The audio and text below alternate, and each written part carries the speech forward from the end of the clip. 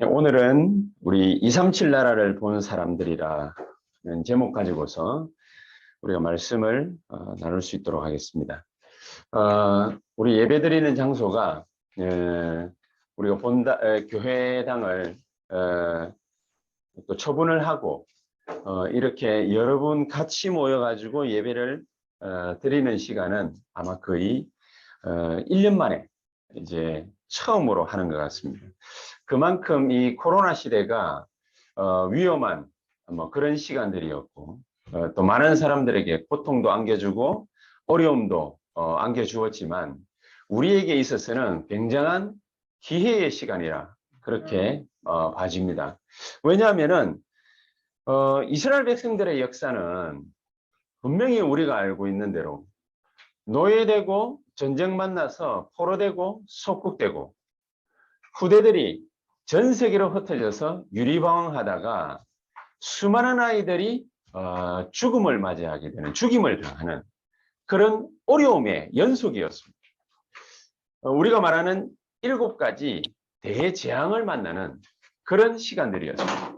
그런 시간들이었음에도 불구하고 그때마다 하나님께서는 렘넌트를 일으키셨거든요. 렘넌트가 일어날 때마다 하나님은 복음 가진 이 렘넌트를 통해서 전 세계를 복음으로 역사하시고 축복하셨습니다. 그래서 우리에게는 이 코로나 상황이 어려운 시대인 것 같지만은 하나님은 우리가 이런 어려운 시대를 맞이하면서 새 시대를 열기를 하나님은 간절히 원하고 계실 것입니다. 새 시대를 과연 누가 어떻게 열 수 있겠냐? 새 시대를 그냥 몸으로 받아가지고 어려움을 많이 겪는 그런 사람들 있는 반면에 하나님이 원하는 것을 알고 깨달아서 진짜 새 시대를 여는 사람들도 있습니다. 모세를 보십시오. 나이가 80이 넘었는데 이제 죽을 날을 맞이하고 기다리고 있는데 하나님은 그런 모세를 복음 알게 해서 하나님이 원하는 새 시대가 어떤 시대인지를 정확하게 알게 해서 모세를 통해서 나이가 많던 적도 아무 상관이 없습니다. 어린 사무엘도 사용하셨고 어린 다윗도 사용하셨으니까요. 나이 많은 모세를 사용하셔서 하나님은 출애굽이라는 거대한 이스라엘의 역사를 쓰셨습니다.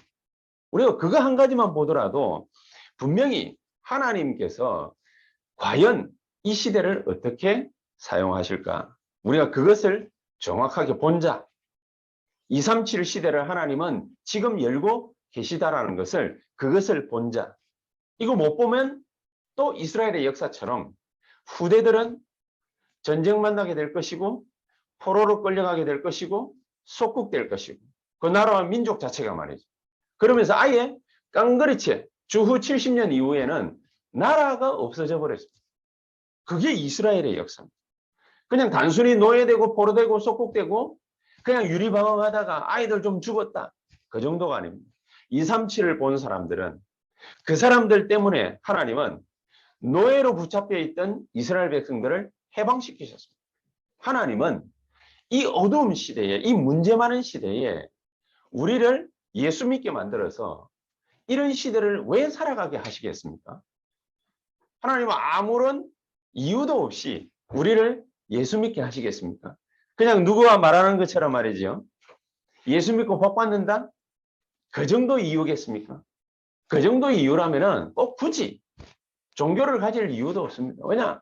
그냥 육신적인 거 위해서 잘 먹고 잘 살기 위해서는 많이 배우고 또 많이 가지고 또 권력도 좀 있으면 좋고 힘도 가지고 이러면은 잘 먹고 잘 살 수 있거든요. 그러나 우리는 개나 소나 돼지나 뭐 이런 동물들이 아닙니다. 하나님께서는 우리를 창세기 1장 27절에 당신의 형상 가진 인간으로 창조를 하셨거든요. 그런데 그 인간이 육신으로 빠져버리니까 창세기 3장, 6장, 11장 육신으로 빠졌는데 어느 정도로 빠졌냐? 하나님 필요 없다. 그게 창세기 3장이죠. 하나님의 형상대로 만들어진 인간이 하나님 필요 없다 그러니까 어느 정도로 황당한 인물이 됐냐? 어떤 존재가 됐냐? 네피림이 된 것입니다. 마귀에게 장악된 인간이 된 것입니다. 그게 요한복음 8장 44절입니다. 자, 이런 인간이 얼마만큼 욕심이 강해졌냐? 하나님 필요 없고 우리가 저 하늘 꼭대기에 한번 닿아보자. 성공을 갖다가 멋있게 한번 이루어보자. 명예를 가져보자. 돈을 마음껏 한번 지어보자. 이렇게 해서 끝까지 갔는데 한순간에 공변탑 무너지듯이 와르르 무너졌습니다. 그게 바벨탑 사건입니다. 하나님을 믿지 않으니까 저래 됐지. 그 말이 아닙니다. 정말로 엉뚱한 인생을 살아가는데 어느 정도로 엉뚱하냐? 자기가 만들어 놓은 돌덩어리, 자기가 깎아 놓은 나무 조각, 거기에다가 그게 하나님이라 말을 하면서 자기가 스스로 절을 하는 거지. 그게 우상 아닙니까? 인간이 그 정도로 이상한 존재로 바뀌어버렸습니다. 요즘에는 아주 고급스럽게 자기가 하나님이다. 이렇게까지 나왔습니다. 그럼 미친놈 아닙니까? 분명히 미친 사람인데 미친 사람의 소리를 사람들이 또 듣고 이게 메시아니 저게 메시아니 이게 하나님이니 이렇게 해가지고 또 많이 배운 사람들이 또 추종자로 막 따라갑니다. 그게 사도행전 13장, 16장, 19장이고 우상으로, 점술로, 미신으로 막 따라갑니다. 그런 어리석은 세상에 사는 인간들이 막 터뜨리는 결론이 뭐냐? 불신자의 6가지 상. 미쳤는데 미친 줄도 모르고 영적 문제에 사로잡히는 것입니다. 하나님 떠나 있으면은 어떤 고통을 당하는지 그걸 모르니까. 그러니까 막 이상한 길로 갑니다. 그렇게 가서 마음이 평안하지를 못하니까 마태복음 11장 28절 쉼을 얻고 싶어서 여기저기 기웃거립니다. 종교를 믿어봅니다. 우상 앞에 엎드려 봅니다. 그래도 마음이 편치를 못하니까 어딘가에는 의지해야 되겠는데 의지할 때를 찾다가 정신마저 이상해집니다. 그러다가 육신마저 고장이 납니다. 뭐 사람은 태어났다가 죽는 게 순리이기 때문에 적당하게 나이가 들면 어딘가는 고장이 납니다. 우리가 차를 사서 한 6년쯤 타고 나면은요, 이제 부속품이 닳기 시작하거든요. 그러면은 8년쯤 지나면은 하나씩 부속품 갈지 않습니까? 인간의 몸도 마찬가지입니다. 육신을 50년, 60년 썼는데 이제 고장 날 만도 하죠. 그러니까 병들기도 하고 자연적인 순리고 이치입니다.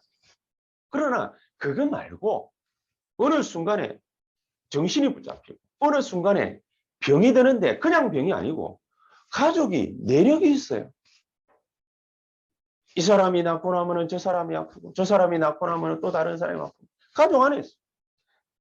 정신도 말이죠. 가족끼리 저는 이상한 가족도 봤거든요. 아버지, 엄마, 아들, 딸 이 5명이 한꺼번에 똑같이 이게 정신 돌아온 집을 갔다고 봤거든요. 이상합니다. 그런 사람들이 굉장히 많이 있습니다. 어떤 집에는 전도하러 갔더니 자기가 이게 뇌에서 소리가 난다는 사람도 있더라고요. 자기 머리에. 막 머리를 흔들면은 달그락거린대요. 부산 사투리로 달그락거린대. 그럼 나는 그게 처음에 뭔 소리인가 싶었는데 사람은 골이 비면은 죽거든요. 골은 비면은 안 되거든요. 그런데 자기 머리 안에서 달그락거리는 소리가 난대. 그러니까 귀신이 계속 역사하는 거죠.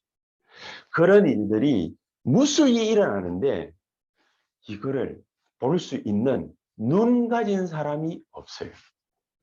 영적인 것을 볼 수 있는 영적인 눈이 열린 사람이 없어요.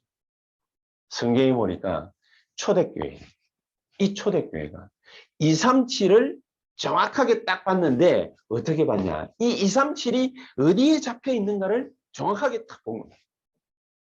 저 여러분들이 오늘 이 시간에 이 축복받은 성도들이 되기를 정말로 주 예수 이름으로 축복합니다. 저는 이 다락방 말씀 운동을 하다가 딱 만나고 난 다음에 도대체 불신자 6가지 상태, 그 얘기는 늘 듣는 얘기니까 이 말이 무슨 말인지 이해는 가는데 도저히 내 눈에 아무것도 보이지를 않는 거예요. 아무것도. 그래서 보인다는 말이 또 무슨 말인가 이해가 안 됐어요. 어느 순간 하나님께서 제 눈을 열어주시는데 영적인 눈을 열어주시는데 불신자들이 여기에 잡혀있구나. 여기에 잡혀있구나. 예수 안 믿는 사람들이 여기에 잡혀있구나. 불신자들은 예수 믿는 사람 보고 광신도라고 하는 사람들도 있잖아요. 이게 뭐 우리끼리 하는 말로 이게 완전 불신자들은 기독교를 개독교라고 그러잖아요. 그만큼 바닥에 완전히 떨어진 거지. 그것을 초대교회가 정확하게 딱 본 것입니다. 하나님을 갖다가 모르는데 어느 정도로 모르느냐. 창세기 3장 15절에 보니까 이 여자의 후손을 보낼 것인데 이 여자의 후손이 와서 처녀가 잉태하여 이사야 7장 14절에 아들을 낳을 것인데 그 이름을 임마누엘이라 하리라. 여자의 후손을 보내겠다. 처녀가 잉태해서 아들을 낳겠다. 그 말이 무슨 말인지를 몰라요. 그 말이 여러분 믿겠습니까? 뭐 예수님이 무리를 걸었다 이러면 아이고 뭐 예수님이니까 뭐 무리를 걸었겠지. 우리는 이해하고 믿는 것 같은데 사람들 입장에서 생각해 볼 때는요 전혀 이해가 안 가는 말이에요. 이스라엘 사람들이요 애굽을 갖다가 탈출해서 나올 때에 홍해 바다를 건넜다. 그게 유럽 사람들은 안 믿어져 가지고 아무리 연구를 해도 믿을 수가 없거든요. 그래서 당대의 최고 가는 신학자가 뭐라고까지 얘기를 했냐. 홍해라는 갈대바다가 있는데 그리로 지나갔다. 물이 갈라져 가지고 지나간 것이 아니라 이스라엘 백성들이 홍해바다라는 갈대밭 이름이 있어요. 그리로 이스라엘 백성들이 지나가다가 다 지나가고 나니까 뒤에서 애국 군대가 따라왔잖아요. 그럼 막 그때 바람이 부는데 갈대가 막 뒤엉키다가 같이 얻어 걸리니까 그 사이에 발이 끼어서 넘어지고 이래가지고 전 애국 군인들이 전부 다 몰살당했다. 뭐 그런 얘기. 안 믿어지니까. 안 믿어요. 오늘 부활절 예배 아닙니까? 예수님이 부활했다? 당연하게 안 믿어지는 거예요. 당연히 믿을 수가 없어요. 이 눈을 하나님께서 초대교회에 탁 열어주시니까 자기네들이 이때까지 왜 역사가 왜 노예됐는지, 뭐 때문에 전쟁을 그토록 수천 년을 나라를 유지하면서 만나는지, 왜 나라를 잃고 포로돼 가지고 속국당하는지, 왜 우리 후손들이 예수님이 예언한 것처럼 나라를 잃은 정도가 아니라 전 세계로 흩어져서 이 아이들이 비참하게 죽는지, 그 이유를 초대교회가 드디어 처음으로 깨달은 것입니다. 하나님이 눈을 열어주셔서 처음으로 딱 깨달은 것입니다.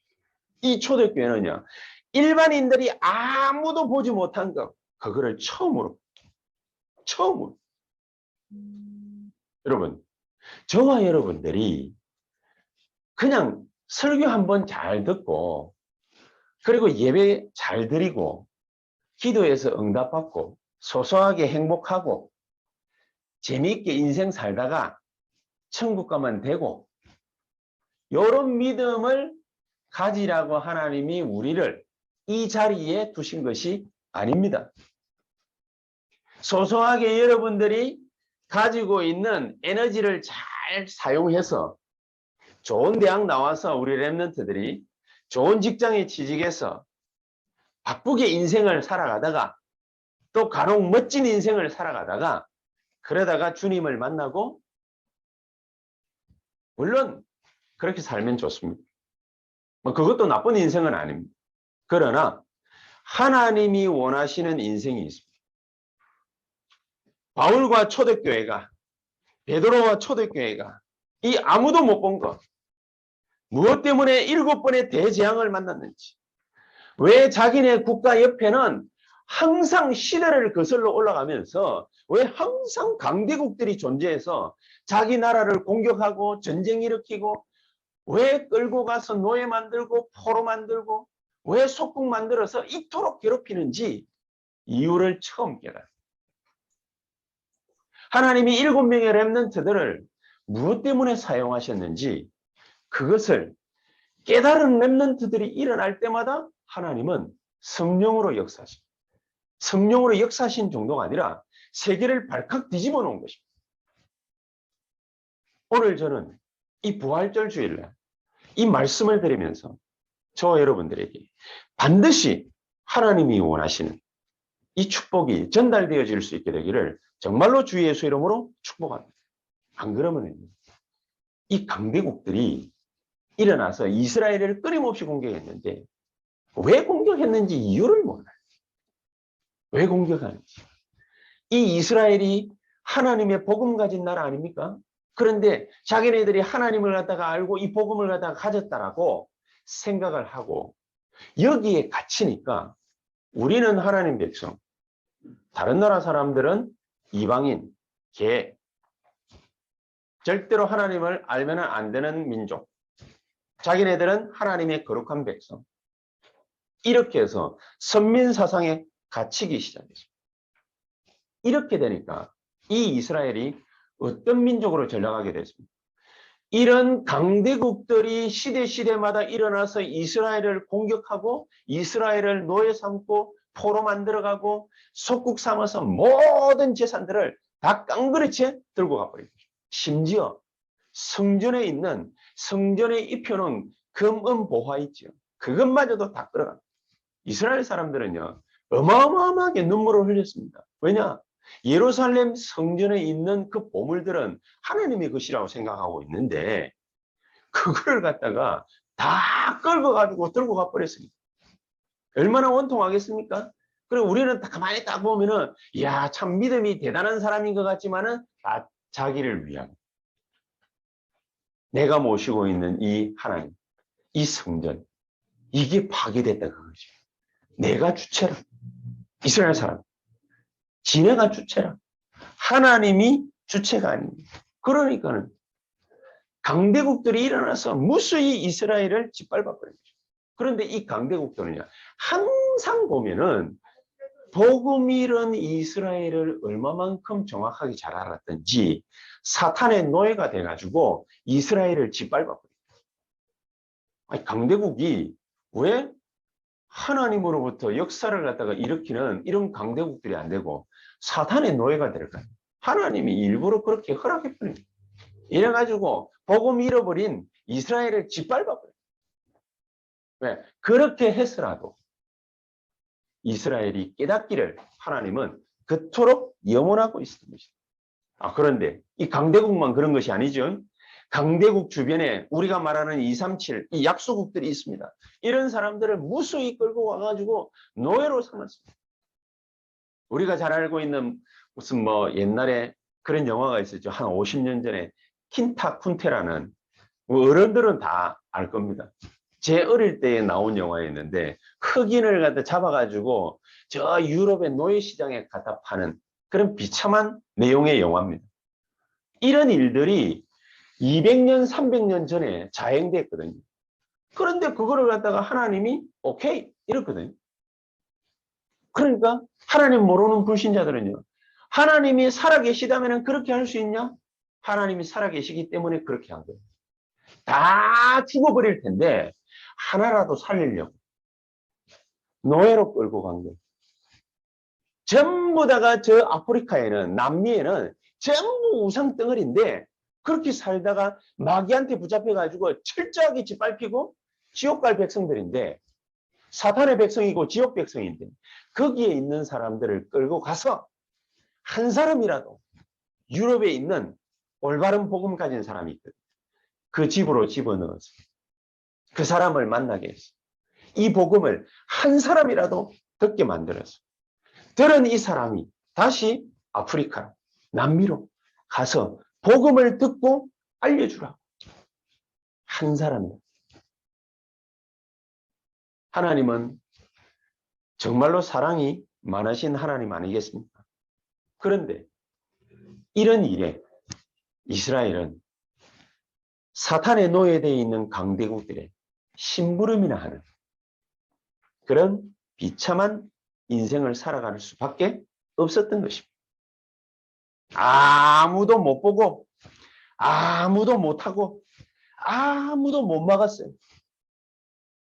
노예로부터 시작해서 후대들이 전 세계 유리방황하는 이런 엄청난 비극들을 만나는 것을 아무도 못 보고 아무도 못하고 아무도 못 막았어. 그런데 그 가운데 깨닫고 알고 언약으로 붙잡는 렘넌트들이 일어날 때마다 하나님은 그 렘넌트들을 사용하셔서 세계 복음화를 이루신 것입니다. 노바디에서 에브리바디로 가도록 하나님은 역사하신 것입니다. 누구를 통해서요? 그 복음 가진, 언약 가진 렘넌트를 통해서. 저와 여러분들이 이 축복을 오늘 받게 되기를 정말로 주 예수 이름으로 축복합니다.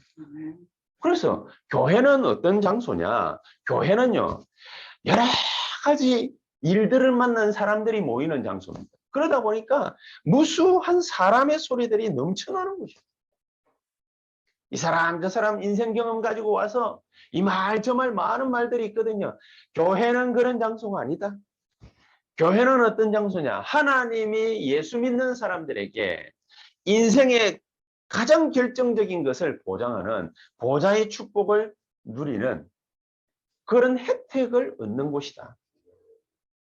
이게 바로 교회라는 거거든요. 그래서 교회는 사람을 죽이는 곳이 아니라 사람을 살리는 곳이다. 사람이 살아나야 되지 않겠습니까? 아무리 좋은 말이라도 사람을 죽이는 말을 해가지고 우리에게 무슨 유익이 있겠습니까? 아이들에게요, 아버지가, 엄마가 가지고 있는 좋은 습관이 있습니다. 그런데 이 아이에게 그 좋은 습관을 물려주려고 이 아이들을 막 답달한다? 이 아이가 어떤 때는 받을 힘이 없어가지고 넘어지는 아이들도 있습니다. 그래서 빗나가는 아이들도 있습니다. 그래서 사고뭉치가 되기도 합니다. 여러분, 사고뭉치가 되는 게 낫습니까? 그렇지 않으면 좀 기다려주는 게 낫습니다. 기다려주는 게 훨씬 낫겠죠.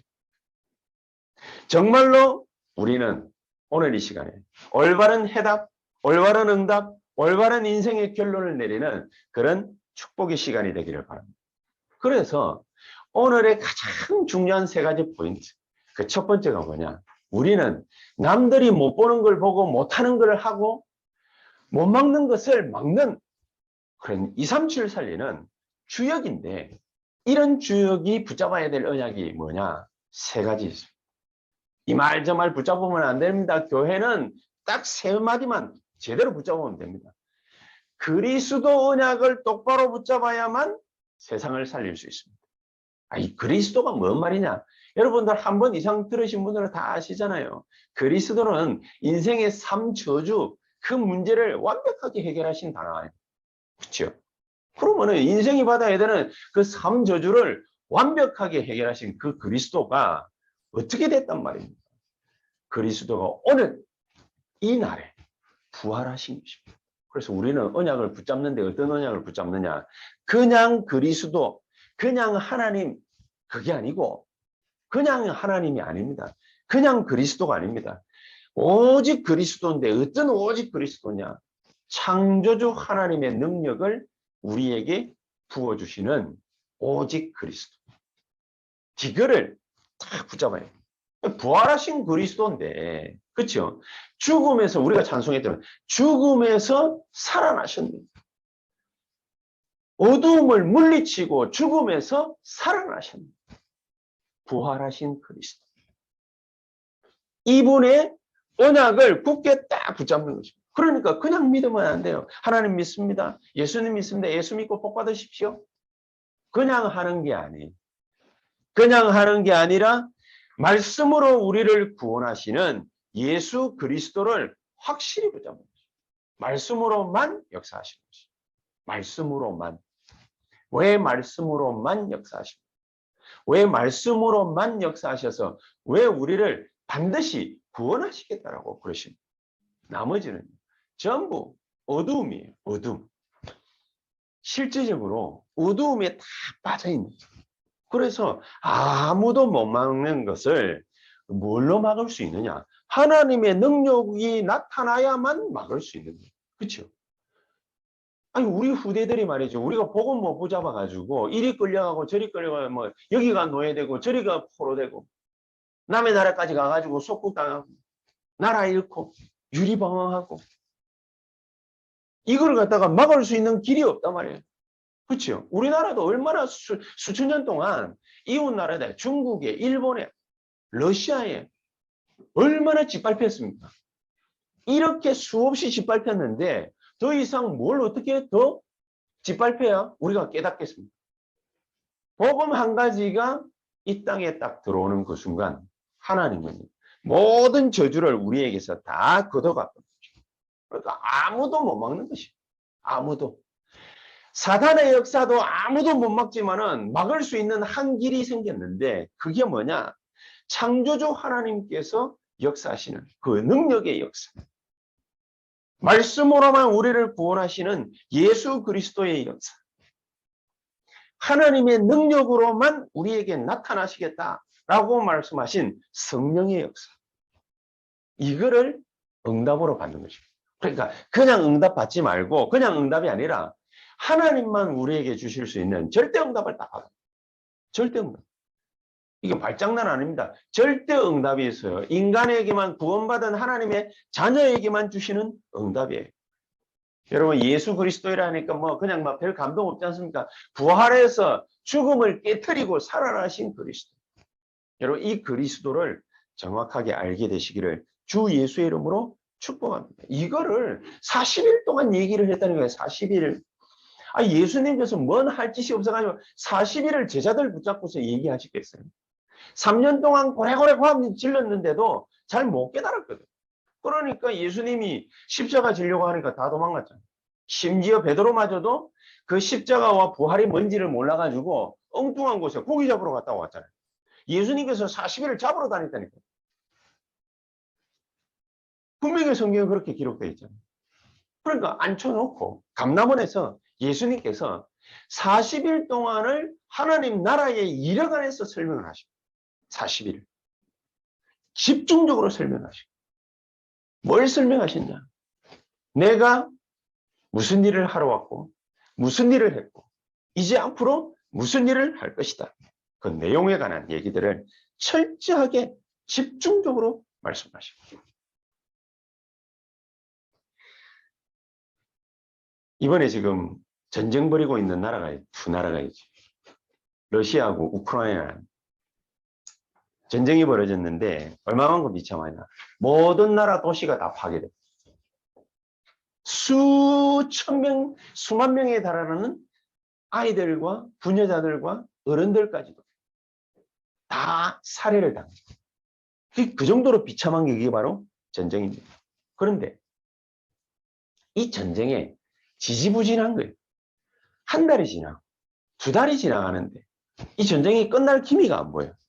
그러니까 러시아에 전쟁을 일으킨 푸틴이라는 대통령이 이번에 지난 주간에 사령관 하나를 갖다가 새로 임명을 했는데 총사령관을 누구를 임명했냐.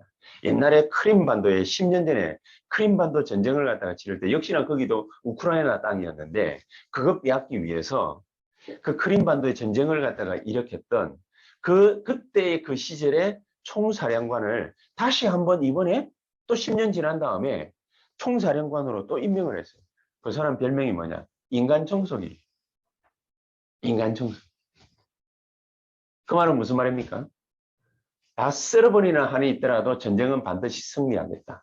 그 의지예요. 인간이 무슨 물건입니까? 근데 다 쓸어버리는 한이 있더라도 반드시 이 전쟁만큼은 내가 승리하겠다. 그거거든요. 예수님께서 왜 부활하셨어요? 뭐 이런 거에 빗대서 설명을 갖다가 하려니까 좀 많이 미안한 감도 있습니다. 왜 예수님께서는 부활하셔야만 했습니까? 우리를 그 모든 것을 전부 다 쓸어버리고 새로 해서 우리를 이렇게 살리시고 축복하시고 능력을 주실 것이다. 그 뜻입니다. 부활하신 그리스도께서 부활의 첫 열매가 되셨다. 무슨 뜻입니까? 나를 그렇게 부활의 주만큼 능력 있는 자로 만드실 것이다. 근데 우리는 뭘 믿고 있습니까? 뭘 하고 있습니까? 지금부터 두 번째 언약을 굳게 딱 붙잡아야 돼요. 예수님 공생의 3년 동안에 하신 말씀은 사실은 이 단어밖에 없어요. 하나님 나라가 가까웠다고 얘기해라. 제자들을 현장으로 내보내지.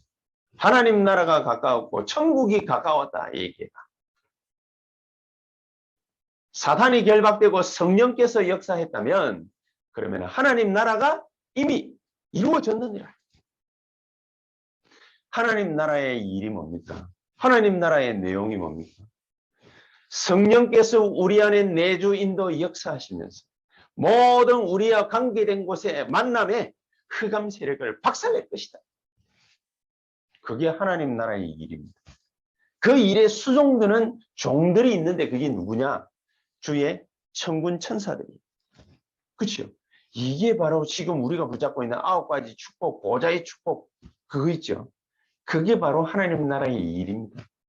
하나님 나라의 내용입니다. 이 언약을 굳게 붙잡아라. 우리에게 이 축복과 이 능력의 언약을 주시기 위해서 예수 그리스도를 희생시키신 것이에요. 이거 잡으라고. 그것도 우리가 원한다고 해가지고 우리에게 주신 것이 아니라 일방적으로 일방통행하신 것이에요. 우리에게. 잡는 자는 하나님이 사용하게 될 줄 확실히 믿습니다. 그때부터 일어나는 일이 뭡니까? 하나님 나라의 일이 나타난다고. 그렇죠? 그러면은 그 언약 붙잡는 그 사람이 있는 그 곳에는 무슨 일이 벌어집니까? 하나님 나라의 역사가 일어나. 이 축복을 우리 보고 붙잡으라는 거예요. 이걸로 각인뿌리 체질 만들어라.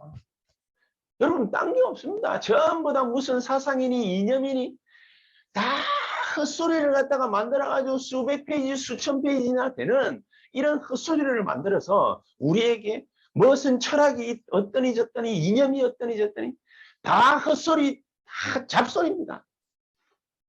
예수 그리스도께서는 부활하셔서 우리와 함께 하시겠다는 말씀입니다. 부활의 능력으로. 부활의 능력의 그 언약을 붙잡고 기도하는 자에게는 하나님 나라가 임할 것이라 우리에게 약속하셨습니다. 이 약속을 붙잡으시기를 바랍니다. 하나님의 의지는 강력합니다. 아까 러시아 총사령관 누구를 갖다가 총사령관 삼았다라고 얘기했는데 제가 말씀드렸죠. 인간 청소기예요. 하나님은요. 이스라엘 사람들을 노예 만들고 전쟁 만나게 하고 포로 만들고 속국 만들고 그렇게 전 세계에 흩어져서 이 렘넌트들이 유리방황하는 한이 있더라도 반드시 살릴 자는 살릴 것이다. 복음 가진 자를 통해서 이 언약 가진 자를 통해서 반드시 살릴 것이다. 하나님의 이 마음을 딱 받는 사람은 40일 뒤에 뭐 했습니까? 사도행전 1장 14절. 언약 붙잡고 오로지 전혀 기도에 힘쓰더라. 이래 되니까 세 번째 축복과 능력이 나타나는데 그게 뭡니까? 오직 성령이 너희에게 임하십니다. 오직입니다. 오직. 내 능력 가지고 하라는 말도 아니고 내 인격 가지고 되어지는 것이 절대로 아니다.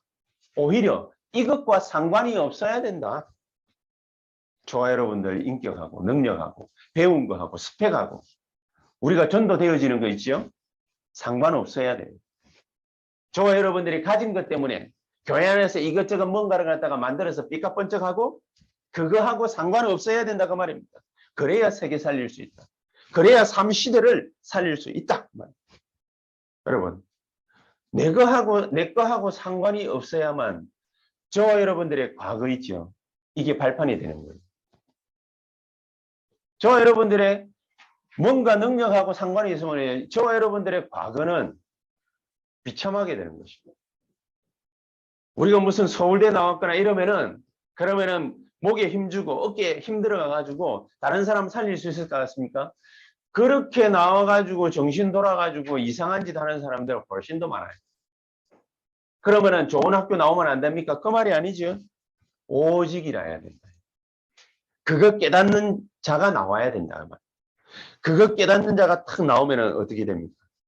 이 오직이라는 것을 깨닫. 그런 사람이 나오면은 그 사람 개인, 교회, 현장 살아나는. 뭘로 말하면 하나님의 나라. 하나님의 나라가 임하고 나타나니까 성령의 엄청난 능력이 그 사람 개인에게 나타나는 것입니다. 여러분 이게 기대되지 않습니까? 저는 사실은 이게 기대됩니다. 제 능력으로 할 것 같으면 저는 한계가 너무 많아요.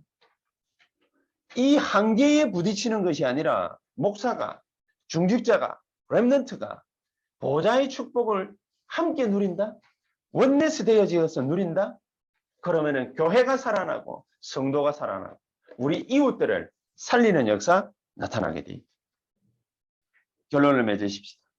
하나님은 우리에게 어떻게 역사하시기를 원하시느냐?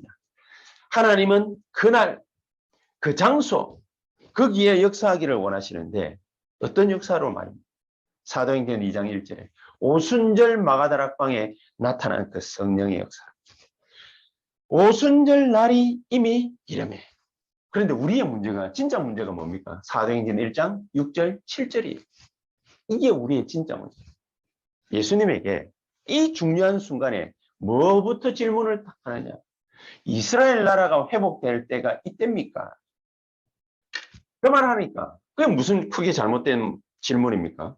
잘못된 건 아니죠. 예수님이 뭐라고 하세요? 그거는 너희 알 바 아니요.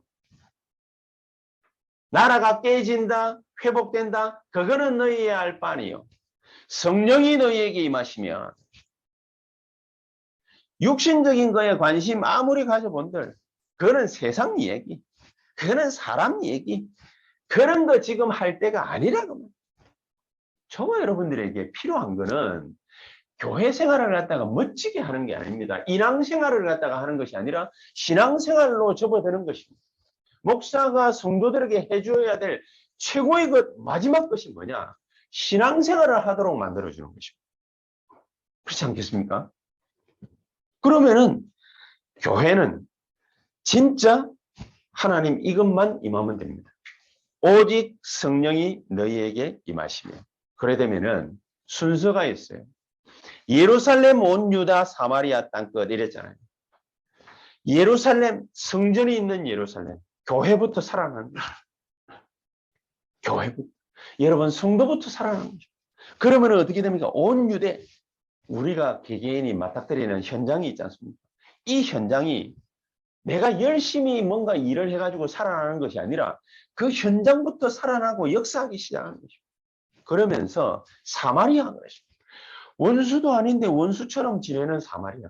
같은 민족이었잖아요, 원래. 근데 이방 사람들의 피가 섞여 있는 것 뿐이에요. 그런데 그걸 갖다가 원수로 지정하고 그렇게 미워하면서 수천 년을 살아온 거예요. 그런 사마리아가 복음으로 말미암아 살아나는 것입니다. 그러면서 땅끝까지. 우리야, 저와 여러분들의 땅끝이 나와요. 내 땅끝이 어디냐? 하나님이 분명히 약속하시는 그 땅끝을 찾아내요. 어떻게 하면 찾아낼 수 있겠습니까? 성삼위 하나님의 비밀을 가지고.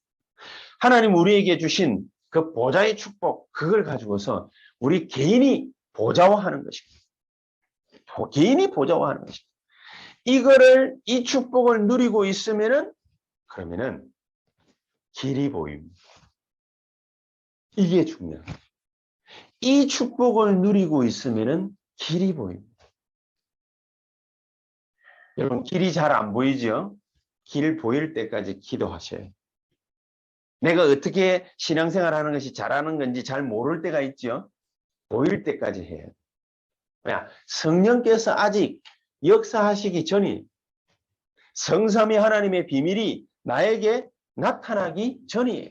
뭐가 뭔지 잘 모르겠어요. 성경 공부 좀 하면은 괜찮지 않겠나 싶어서 좀 배운 지식인들은요, 성경 공부를 또 열심히 해봅니다. 아닙니다. 배운 거하고 상관없습니다. 초등학교도 안 나왔던 D.L. 무디가 미국과 유럽을 뒤흔들었잖아요. 신학자들이 모르는 성령의 역사, D.L. 무디가 더 자세히 알았잖아요. 나이도 상관없고 성별도 상관없고 모든 것 다 상관없습니다. 언약만 알면은 문제도 문제될 거 없다. 오히려 그 문제가 우리에게 길이 되게 될 것이다. 하나님은 그 문제를 통해서 우리에게 길을 열어주시는 것이다. 언약이 저와 여러분들에게 분명해지는 그런 축복이 있게 되기를 주 예수 이름으로 정말로 간절히 축복합니다. 그러면 그 시간에 뭐가 나타나기 시작하느냐? 하나님 나라에 이일했잖아요. 주의 사자들이 역사하기 시작합니다. 이런 축복들이 구약의, 신약의, 히브리서 11장에 렘넌트 7명들이 걸어가는 모든 걸음에 전부 나타나기 시작했어요. 이 축복이 이번 한 주간에도 저와 여러분들을 완전히 지배하게 되는 역사 있게 되기를 주 예수 이름으로 축복합니다. 기도하십시다. 하나님 감사합니다.